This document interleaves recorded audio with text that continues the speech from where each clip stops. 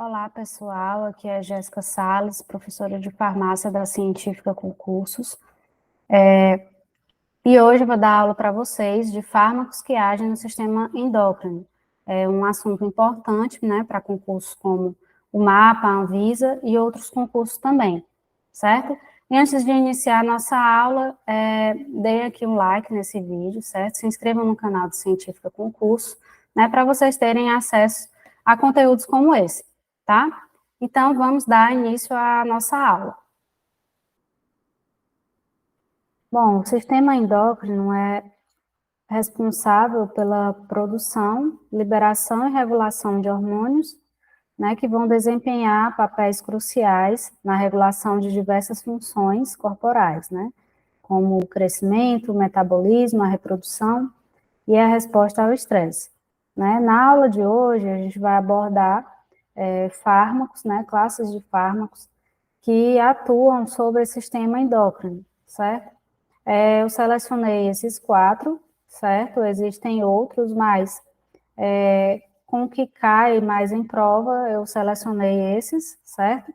Com destaque, né, para os hipoglicemiantes ou antidiabéticos, que dentre eles o que tem o maior número de questões, os anticoncepcionais orais, que são cobrados de forma menor, os anti-inflamatórios esteroidais, ou glicocorticoides, também são bastante cobrados, certo? E os fármacos para tratamento de distúrbios da tireoide, que costumam ser pouco cobrados em prova, tá?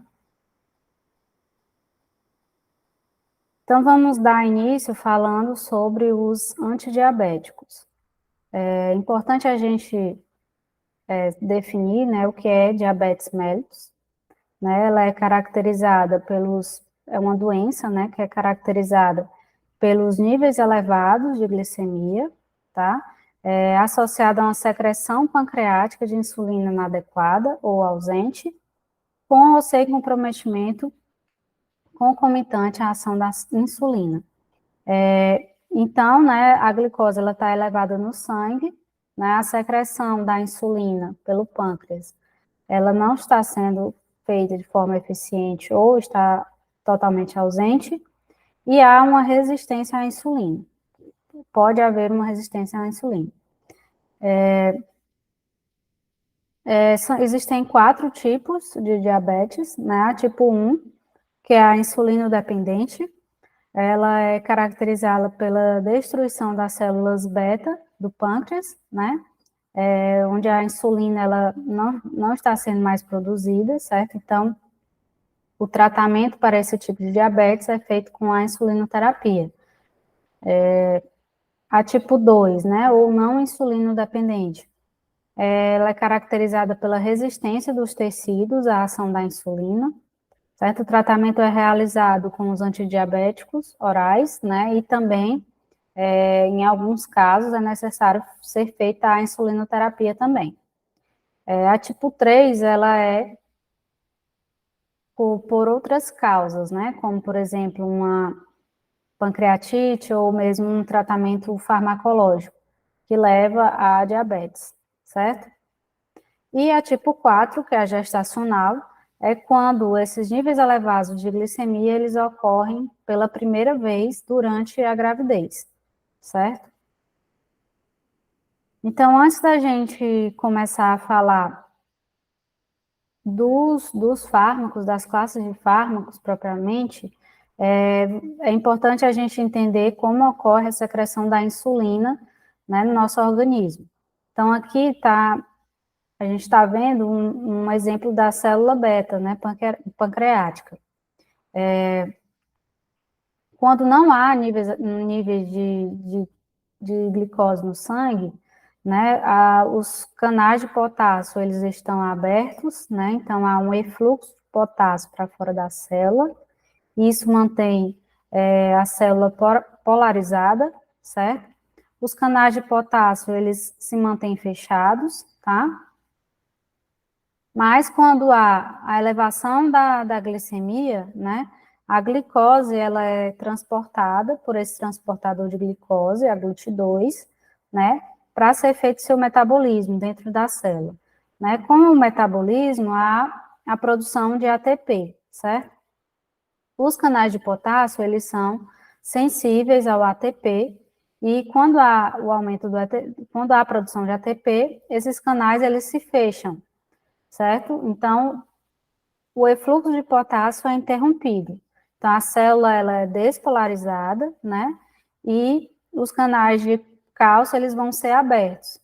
Então, vai haver um influxo de cálcio para dentro da célula, aumento do cálcio intracelular, né? E com isso vai fazer com que a insulina ela seja secretada pelas vesículas, tá?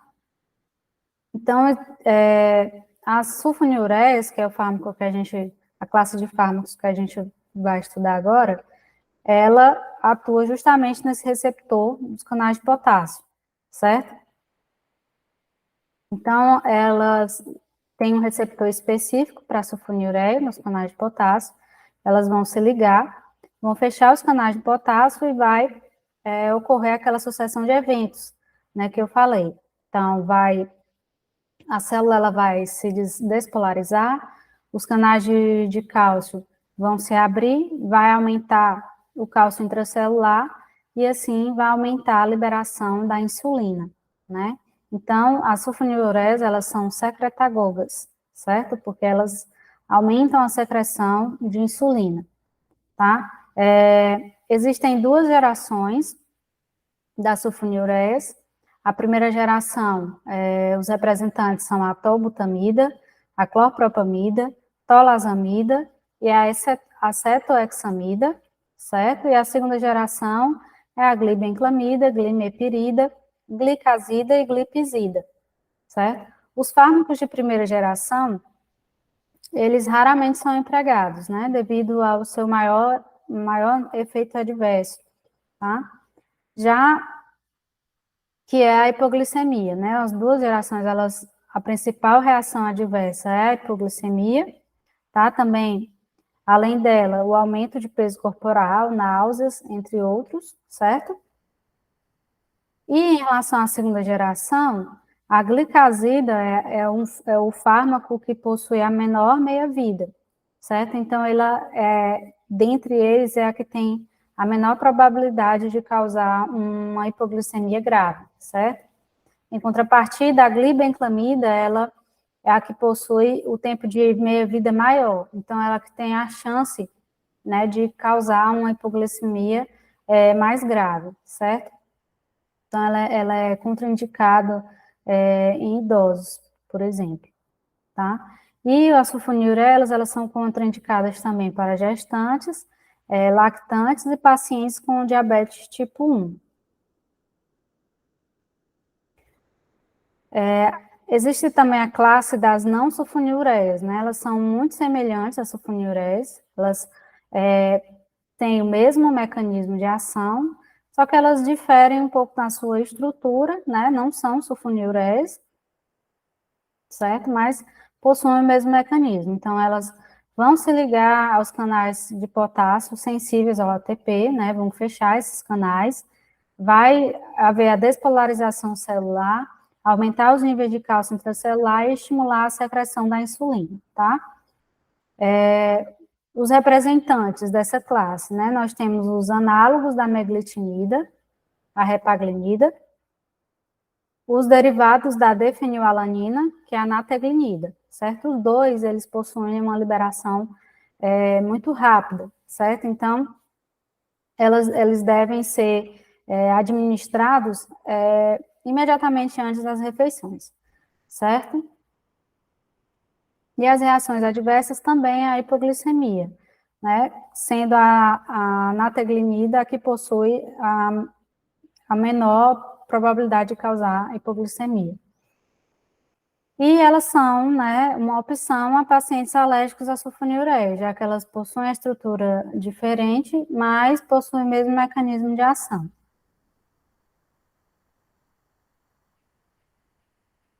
Bom, outra classe são as biguanidas, né? Elas diminuem os níveis de glicose séricos e diminuem a resistência à insulina, né? Pela ativação da enzima proteicinase dependente de AMP. na AMPK, certo? Então, essa ativação dessa enzima vai gerar várias reações, né, consequências, que é a redução da produção hepática de glicose, redução dos níveis de glicemia, aumento da sensibilidade à insulina, armazenamento de glicogênio no músculo, certo? Então, percebam que o mecanismo é diferente do que das sulfonilureias e das não sulfonilureias, que são secretagogos, né? Elas estimulam a produção, a liberação da insulina, né? Aqui ela age por outros mecanismos para reduzir a glicemia, né? Como a redução da produção hepática de glicose, o armazenamento, né, da glicose em glicogênio no músculo, né? Então, elas não são secretagogas, como a sulfonilurease e não sulfonilurease, tá? E o único representante dessa classe é a metformina, certo? Ela é o fármaco de escolha para diabetes mellitus tipo 2, certo? Por ela possuir ela causa, né, pouca hipoglicemia e também pouco ganho de peso, né? Como a gente vê, as sulfonilureas, elas levam esse aumento do peso, né? Então, elas possuem essa vantagem, né, que podem ser utilizadas em pacientes obesos. Agora, um cuidado que tem que ter, né, ela não é metabolizada pelo fígado, então ela é excretada de forma inalterada pelos rins, né, pela via renal. Então, ela é contraindicada na insuficiência renal, né, porque a eliminação dela estaria prejudicada, tá? E as reações adversas são os efeitos gastrointestinais, né, como diarreia, náuseas, vômitos, entre outros. Outra classe de medicamentos é a tiazolidinedionas, tá? Elas têm o seu mecanismo de ação pela ativação dos receptores gama-ativados por proliferados peroxossômicos, PPAR-gama, certo? Esses receptores, eles estão presentes no músculo, no tecido adiposo e no fígado, certo? E eles têm a função de modular a expressão de genes envolvidos no metabolismo dos lipídios da glicose, na transdução dos sinais da insulina, né? Então, essa classe, ela vai ativar esses receptores para modular essa expressão de gene, que como consequência, vai reduzir a resistência à insulina e também reduz a produção hepática de glicose, tá? Os dois representantes, nós temos a rosaglitazona e a pioglitazona, tá? Como reações adversas, nós temos a retenção hídrica, anemia, edema periférico, risco de insuficiência cardíaca, ganho de peso ponderado, tá? Outra classe são os inibidores da alfa-glicosidase, certo? A alfa-glicosidase, ela é uma enzima, né, que está presente no intestino, e ela é responsável pela quebra de carboidratos complexos, né, um amido complexo, que vai quebrar o carboidrato em glicose e frutose. E essa glicose e frutose, né, vão ser absorvidos pelo intestino. Então, os fármacos, eles vão inibir essa enzima, ou seja, não vai haver essa quebra do carboidrato, né, e isso vai retardar a absorção dos carboidratos, né. Então, vai reduzir o aumento pós-prandial da glicemia, né, que é após as refeições, certo? Já que os carboidratos não vão ser quebrados logo de imediato, vão ser retardados, né? Então, o aumento da glicemia após as refeições vai ser reduzido, certo? Os representantes, nós temos a carbose e o miglitol, tá? E as reações adversas, elas são causadas justamente pelo mecanismo de ação dessa classe, né? Com a não quebra desses carboidratos, eles vão ficar mais tempo no intestino, né? E vão sofrer fermentação pelas bactérias intestinais, e vai causar uma série de distúrbios, né, gastrointestinais, como a flatulência, dor abdominal e diarreia, tá? Bom, e antes da gente falar das duas últimas classes que eu trouxe, elas atuam justamente nas incretinas, tá?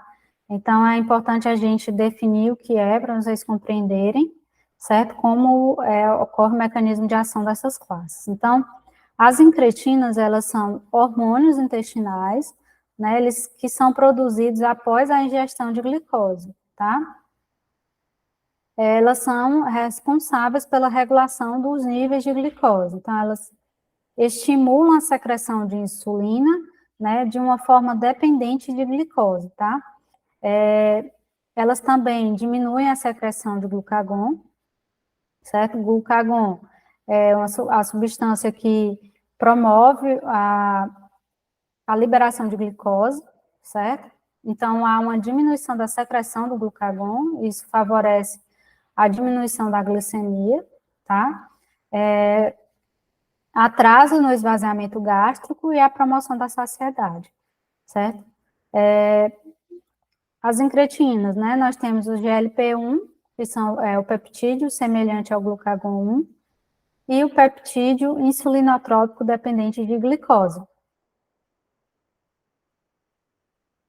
Então, outra classe é os agonistas do receptor GLP-1, né? Então, eles são análogos ao GLP-1, né? E atuam no receptor da incretina GLP-1. Então, esses agonistas, eles vão se ligar a esse receptor e vão atuar como uma incretina, né? Então, tem todas as funções da incretina, como potencializar a secreção da insulina, mediada pela glicose, reduzir os níveis de glucagon, atrasar o esvaziamento gástrico e induzir a perda de apetite, certo? Como exemplos, nós temos a ezenatida e a liraglutida, tá? As reações adversas são os distúrbios gastrointestinais e, de forma mais rara, a pancreatite. A outra classe são os inibidores da dipeptidilpeptidase 4, certo? A dipeptidilpeptidase 4, ela é uma enzima que degrada as incretinas, né? Tanto GLP-1 como GIP. Né? Então, se o fármaco ele vai atuar inibindo essa enzima, então as incretinas elas não vão ser degradadas, então elas vão potencializar os efeitos da incretina, certo? Então, como exemplo, nós temos as sitagliptina, sexagliptina e linagliptina. As reações adversas é o aumento da taxa de infecções do trato respiratório e urinário, cefaleia e reações de hipersensibilidade. Bom, vamos falar agora sobre a insulinoterapia, né, que ela é utilizada para o tratamento da diabetes mellitus tipo 1 e para casos não controlados da diabetes mellitus tipo 2, certo? É importante a gente saber qual os efeitos que a insulina proporciona, né? Então, ela diminui a glicose circulante pelos seguintes mecanismos. O aumento da captação de glicose pelos tecidos, aumento da síntese de glicogênio, que é o armazenamento da glicose, diminuição da glicogenólise, que é a quebra do glicogênio em glicose, certo? E diminuição da gliconeogênese, que é a formação de glicose por outros precursores, né, como o lactato, por exemplo. Então, existem,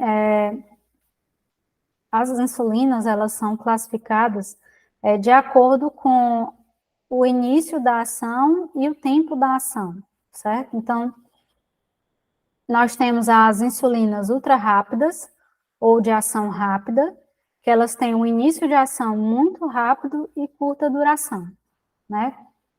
Como exemplo aqui, a insulina lispro, asparte e glulisina, certo? Como elas têm essa ação muito rápida, elas são melhores para a reposição pré-prandial, ou seja, antes das refeições, né? Então, ela tem que ser administrada imediatamente antes das refeições, entre 15 a 30 minutos no máximo, certo? E a duração é de 3 a 5 horas. Nós temos também as insulinas rápidas ou de ação curta, né, que tem início de ação rápida e curta duração, né, como a insulina regular.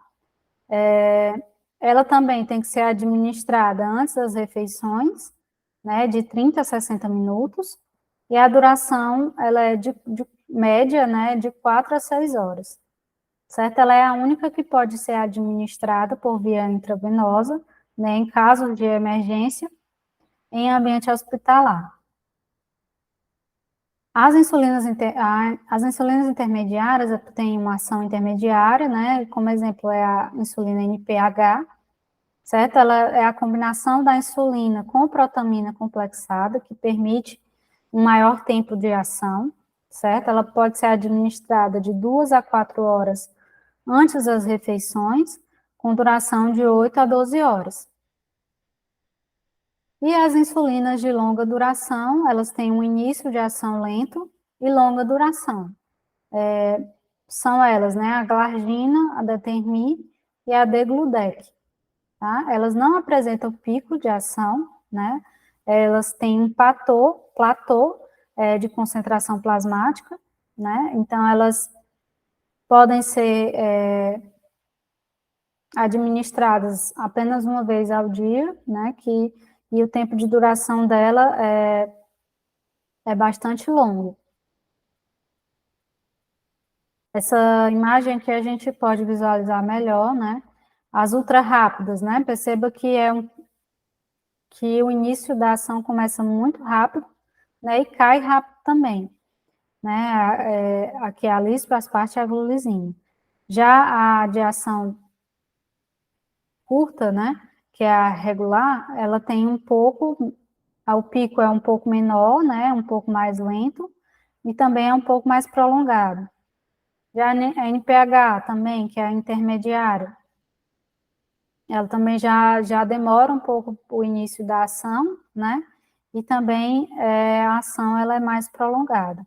E aqui a DTMI e a glargina, que são duas de longa duração, né? Elas demoram mais para o início, não tem aquele pico, né? E a duração dela vai até por mais de 20 horas, certo? Bom, então vamos resolver algumas questões sobre o tema. Assinale a alternativa correta a respeito da insulina e dos hipoglicemiantes orais. A metformina atua reduzindo a neoglicogênese e a sensibilidade à insulina e aumentando a absorção de glicose no trato gastrointestinal. Não, né? A metformina, ela aumenta a sensibilidade à insulina, ela reduz a gliconeogênese, certo? Então, estaria correto aqui, mas ela aumenta a sensibilidade à insulina e ela não aumenta a absorção de glicose no trato gastrointestinal. Então, esse item está errado. As sulfonilureias são utilizadas principalmente por indivíduos portadores de diabetes mellitus do tipo 1, casos cuja maioria está ligada à resistência à insulina. Não, né? As sulfonilureias, elas são utilizadas na diabetes mellitus do tipo 2, elas são contraindicadas para tipo 1, né? E a diabetes tipo 2 que está ligada à resistência à insulina, não a tipo 1 também. Então, o item está errado. C. A metformina faz parte do grupo dos inibidores da alfa-glicosidase. Hipoglicemiantes orais que agem principalmente nos receptores das células beta do pâncreas, aumentando a secreção de insulina. Não, né? A metformina é uma biguanida, né? Ela age ativando a enzima AMPK, certo? Então, ela não aumenta a secreção de insulina, ela não é secretagoga. Quem é secretagogo são as sulfonilureias e as não sulfonilureias, certo? Então, letra C é errada. D. A metformina pertence à classe das biguanidas, que, diferentemente das sulfonilureias, não afetam a secreção de insulina. Aí está correto, né? A classe da metformina é essa, e elas não afetam a secreção de insulina, mas a sulfonilureia sim, tá? Então, letra D, a letra correta. Em relação aos antidiabéticos orais, avalie se são verdadeiras ou falsas as afirmativas a seguir. A metformina aumenta a atividade do PPAR-gama. Não, né? A metformina, ela ativa a enzima AMPK, né? E não está envolvida no aumento da atividade dessa enzima aqui, tá? Então, item 1 errado. 2. A liraglutide é um agonista do receptor de GLP-1, certo?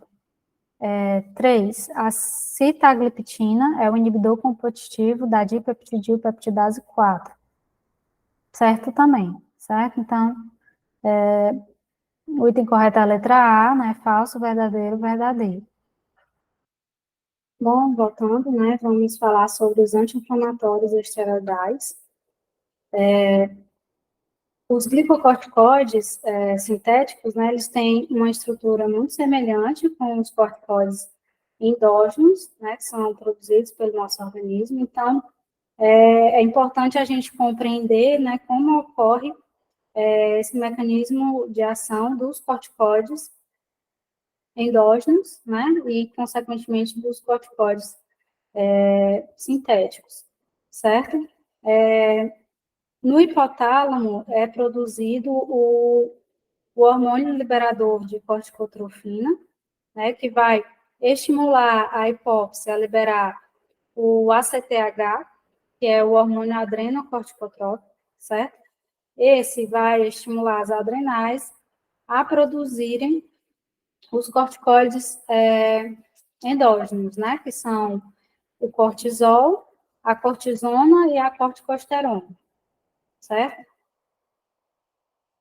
E os corticoides endógenos, quando produzidos, por uma retroalimentação negativa, eles inibem, né, o hipotálamo, aí a hipófise a produzir mais hormônios, certo? Então, os glicocorticoides, eles são utilizados, né, na prática clínica pelos seus efeitos anti-inflamatórios e imunossupressor, certo? O mecanismo de ação dele, eles vão se ligar ao receptor citoplasmático próprio, GR, né, que vai ser transportado para o núcleo e vai alterar a transcrição de genes, né, que estão relacionados tanto à inflamação quanto à imunidade, certo? E outra coisa que eu esqueci de falar, né? Os corticoides endógenos, eles seguem o ciclo circadiano, né? Eles têm uma maior concentração pela manhã, né? Por isso que os corticoides, eles são administrados, eles devem ser administrados preferencialmente pela manhã, certo? Dentre os efeitos metabólicos dos anti-inflamatórios esteroidais, nós temos, eles aumentam os níveis séricos de glicose, né, eles estimulam a gliconeogênese, né, que é a síntese de glicose, e a síntese do glicogênio, a redução da massa muscular, eles também podem levar a uma osteoporose, certo? Aumento na produção de colesterol, redução do crescimento em crianças, diminuição de moléculas pró-inflamatórias e redução da expressão da COX-2, certo? Ele não inibe diretamente a COX-2, né? Ele vai reduzir a expressão da COX-2, certo? Cuidado para não confundir, né, algum item da prova, certo?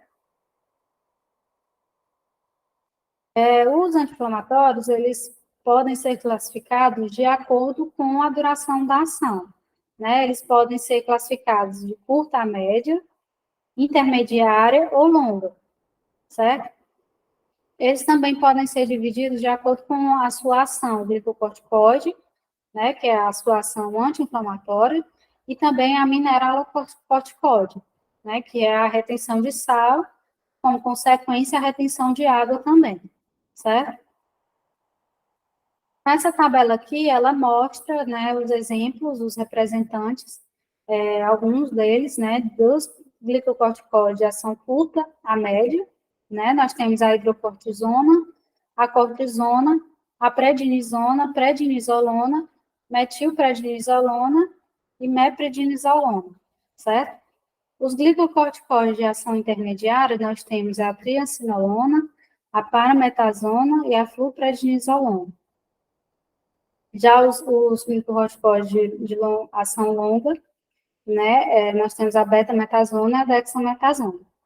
Né, nós temos também aqueles que são considerados apenas mineralocorticoides, né, como a fludrocortisona, que ele tem uma ação, uma retenção de sal muito superior do que os demais, né, vocês podem ver aqui, comparado ao cortisol, que é utilizado como o 100%, vamos dizer assim, e ele é 250 vezes, possui 250 vezes mais, né, retenção de sal do que o cortisol. Né? Então, ele é utilizado na doença de Addison, né, onde há uma supressão das adrenais, né, onde há ineficiência da produção dos corticoides endógenos. Então, ele pode ser utilizado na doença de Addison. Né? Aqui, né, depois vocês podem ver com calma, a ação anti-inflamatória e a retenção de sal, né? Todos eles são comparados ao cortisol, que se dá o valor de 1, né? E os que possuem atividade anti-inflamatória menor do que o cortisol ou maior vão apresentar valores menores ou maiores, certo? Perceba que os corticoides de ação longa, né? A betametasona, a dexametasona, possuem uma bem maior ação anti-inflamatória do que os demais fármacos aqui presentes na tabela, certo?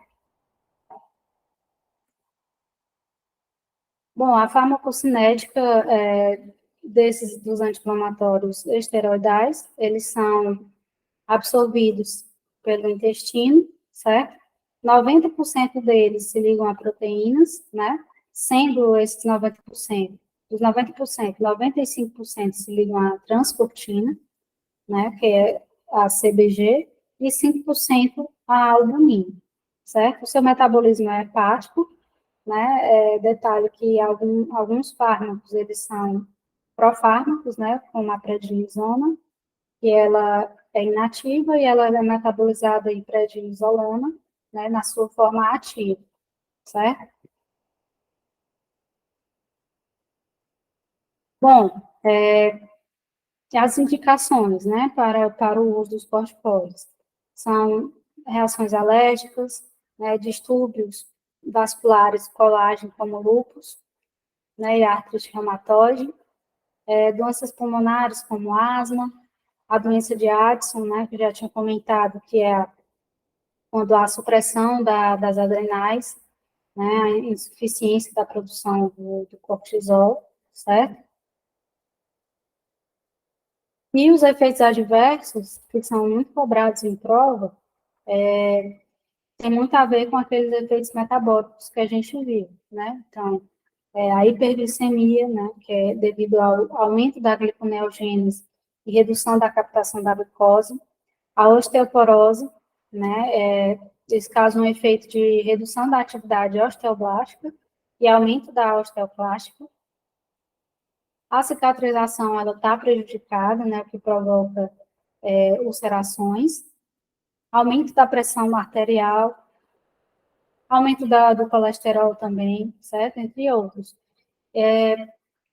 E o que costuma muito ser cobrado é a síndrome de Cushing, né, que são uma série de sinais e sintomas que caracterizam essa síndrome, né, como queda de cabelo, hiperglicemia, essa face aqui de lua cheia, né, a fraqueza muscular, né, as extremidades são finas e a gordura abdominal acentuada, né, a baixa imunidade, a osteoporose, né, os hematomas, certo? Bom, e a suspensão da terapia, né, ela tem que ser lenta e gradual, tem que ser feito um desmame, né, pois como a gente viu, a produção de corticoides, elas geram uma retroalimentação negativa, né, que vai inibir o eixo, né, hipotálamo, hipófise, adrenal, né, e eles param de produzir hormônios, né, e eles precisam de várias semanas para o restabelecimento dessa produção adequada dos corticosteroides endógenos, né, então, ela tem que ser feita de forma lenta e gradual, certo?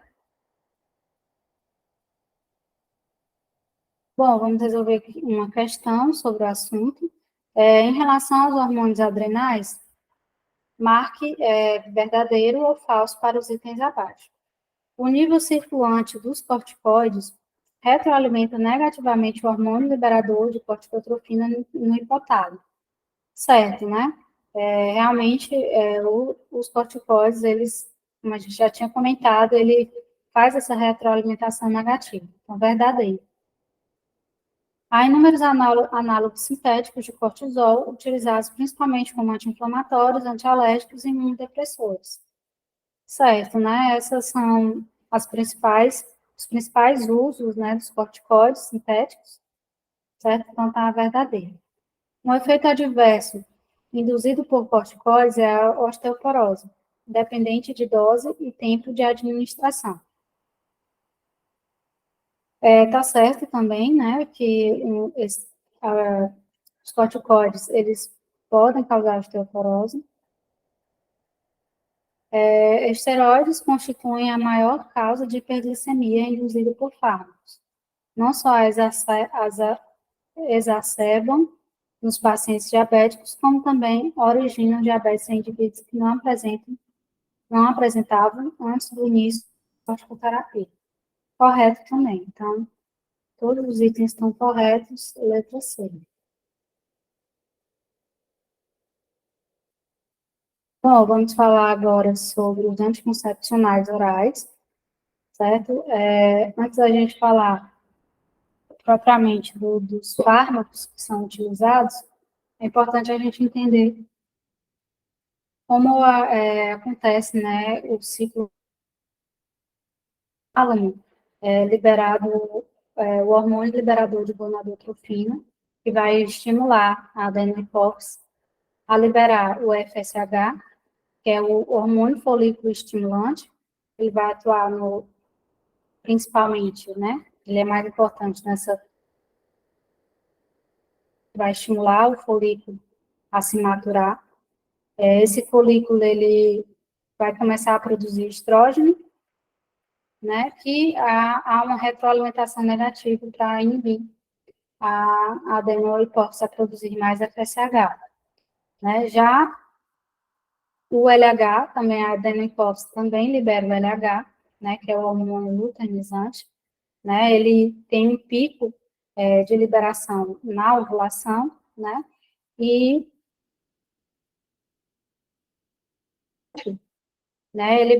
o corpo lúteo vai começar a produzir progesterona, né, que também retroalimenta negativamente para inibir a produção de mais LH, certo? Então, aqui a gente pode ver, né, o ciclo menstrual, no início, né, nós temos o FSH, né, com a ação do folículo, ele começa a produzir estrógeno, né, que dá um aumento que logo antes da ovulação, né, que vai estimular que o pico do LH que vai ocorrer depois da ovulação, é a formação do corpo lúteo, que vai começar a produzir progesterona. Então, a progesterona está aumentada no final do ciclo, certo? Então, são utilizados, né, para preparações para contracepção oral, a associação de estrogênios e progesteronas, né, e também apenas progesterona.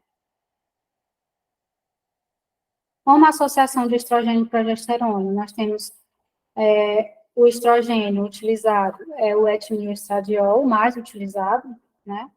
Ele vai inibir a secreção de FSH, ou seja, vai suprimir o desenvolvimento do ciclo ovariano.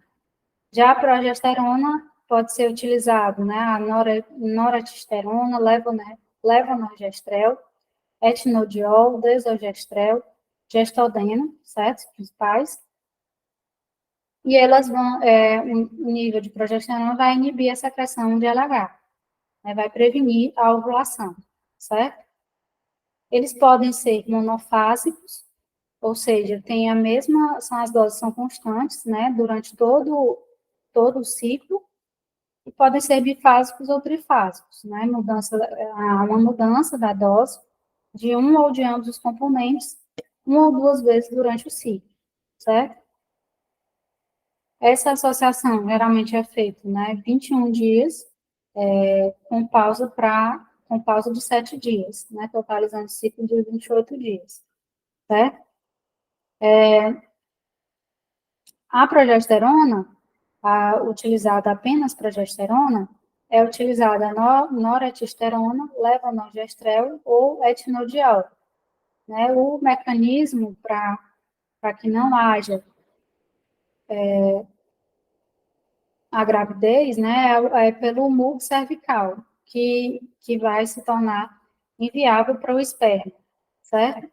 Ela tem que ser tomada sem interrupção, certo? Ela é menos eficaz do que a associação do estrógeno e progesterona, e é uma opção viável quando o estrogênio ele é contraindicado.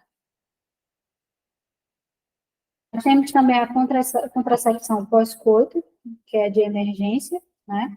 Que pode ser feita, realizada pela administração do levonorgestrel sozinho, ou combinado com estrógeno, levonorgestrel lembrando a progesterona, certo? Dentro de 72 horas do intercurso, né, não protegido, e depois de tomar, após 12 horas depois, deve ser tomado novamente, certo?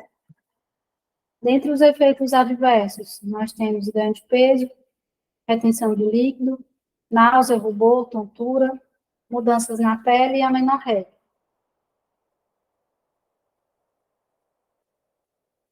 Bom, agora vamos falar sobre os fármacos para tratamento dos distúrbios da tireoide. Né, o T3 e T4, que são produzidos, né, pela tireoide, são produzidos a partir, né, do hipotálamo, quando libera o hormônio liberador da tireoide, né, ele vai sinalizar a hipófise para produzir o hormônio, o TSH, que é o hormônio estimulador da tireoide, né, e o TSH, por sua vez, ele vai estimular a, a glândula, né, a tireoide, a aumentar a sua produção dos hormônios T4 e T3, certo? A T3, né, que é a triiodotironina, ela também pode ser produzida a partir de outros tecidos através da desiodação por uma conversão enzimática do T4, certo? Então, o T3 ele pode ser produzido a partir do T4 também, certo? E os hormônios, quando o T3 e o T4 também agem de forma de retroalimentação negativa para inibir a produção de mais hormônio, certo? Bom, é importante também a gente saber como, para entender o mecanismo de ação dos fármacos que a gente vai estudar, como acontece a síntese do T3 e T4, né?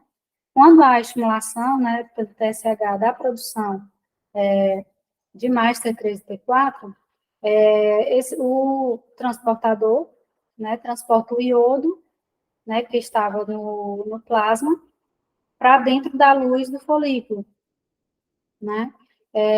Por ação dessa enzima, a tireoperoxidase, ela vai atuar incorporando na tireoglobulina, né? Acopla o iodo na tireoglobulina. Essa estrutura aqui, ela vai ser englobada, né, pela célula folicular, e depois, posteriormente, vai produzir o T3 e T4, liberar o T3 e T4, né, novamente no plasma, certo? Então, as etapas, né, a captação do iodeto, a iodação e o acoplamento, né, com a ajuda da enzima tireoperoxidase, né, depois vai haver a endocitose da tireoglobulina e depois a secreção do T3 e T4, certo? Bom, T3 e T4, eles agem, né, sobre os receptores nucleares, né, o receptor nuclear, que vão alterar a transcrição de genes, né, e vão regular quase todas as principais funções metabólicas do corpo, certo? Como o crescimento, a fertilidade, o peso corporal, a memória, a concentração, o humor, certo? Então, eles estão envolvidos em diversas, né, funções metabólicas do corpo. Então, o hipotireoidismo é quando os níveis de TSH estão elevados, mas os hormônios T3 e T4 estão baixos. Isso acontece em algumas doenças, como a doença de Hashimoto, uma doença autoimune, a insuficiência de iodo na dieta, pode ser também ocorrida de forma congênita e pela ação de fármacos, certo? O principal fármaco utilizado para o tratamento do hipotireoidismo é a levotiroxina. Ela é estruturalmente idêntica à T4, né, a tiroxina endógena, certo? Mas ela deve ser administrada uma vez ao dia em jejum pela manhã, né? E como a gente viu que o T3 ele pode ser produzido a partir do T4, né? Acontece o mesmo com a levotiroxina, ela pode ser convertida em T3. Então, ela normaliza a função da tireoide, né? Tanto com o T3 quanto o T4, certo? E o que é importante, esse medicamento, ele tem uma interação com diversos outros fármacos, certo? E o hipertireoidismo é quando os níveis de TSH estão baixos, mas os hormônios e os hormônios T3 e T4 estão elevados. Isso pode acontecer na doença de Graves e o bócio tóxico, certo? O principal fármaco utilizado são as tioamidas, certo? Mas a gente vai aqui ver outras classes, certo? As tioamidas, né, como representantes, nós temos o metamizol e a propiltiuracila, certo? Ela vai inibir a produção dos hormônios, né, T3, T4, pelo bloqueio daquela reação que a gente viu lá no início, que é mediada pela tireoperoxidase, certo? Os inibidores aniônicos, como o perclorato, o pertecnetato e o tiocianato, eles vão competir com o iodeto, né? Então, eles vão diminuir a produção por esse bloqueio competitivo na captação do iodeto, certo?